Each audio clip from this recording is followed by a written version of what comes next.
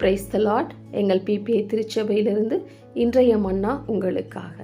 பிரியமானவர்களே, நம்முடைய வாழ்க்கையில் ஒரு பிரச்சனை வரும்போது அதை சட்டென்று விலக்கி வைக்காமல் அல்லது வேறு காரியங்களில் சிந்தனையை செலுத்தாமல் அதையே சிந்தித்து கொண்டிருப்போமானால் அதற்கு பெயர்தான் கவலை.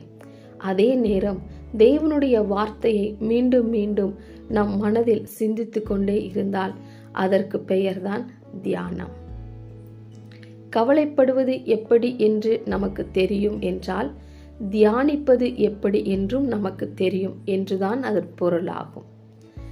சங்கீதம் 1ஆம் அதிகாரம் 2ஆம் வசனம் வாசிக்கும் பொழுது, கர்த்தருடைய வேதத்தில் பிரியமாயிருந்து இரவும் பகலும் அவருடைய வேதத்தில் தியானமாயிருக்கிற மனுஷன் பாக்கியவான் என்று நாம் இங்கே வாசிக்கிறோம். கர்த்தருடைய வார்த்தையை நம் இருதயத்தில் நிரப்பாததினால் கவலை நம் இருதயத்தை நிரப்பிக்கொள்ளுகிறது. பிரியமானவர்களே, வேதாகமத்தை எத்தனை முறை படித்து முடித்தோம் என்பது சாதனை அல்ல, எவ்வளவு அதிகமாய் தியானித்தோம் என்பதுதான் மிகவும் முக்கியம். ஆகவே வேதாகமத்தை தியானித்து இன்னும் ஆண்டவரை அறிகிற அறிவில் நாம் வளர்வோம். ஆமென்.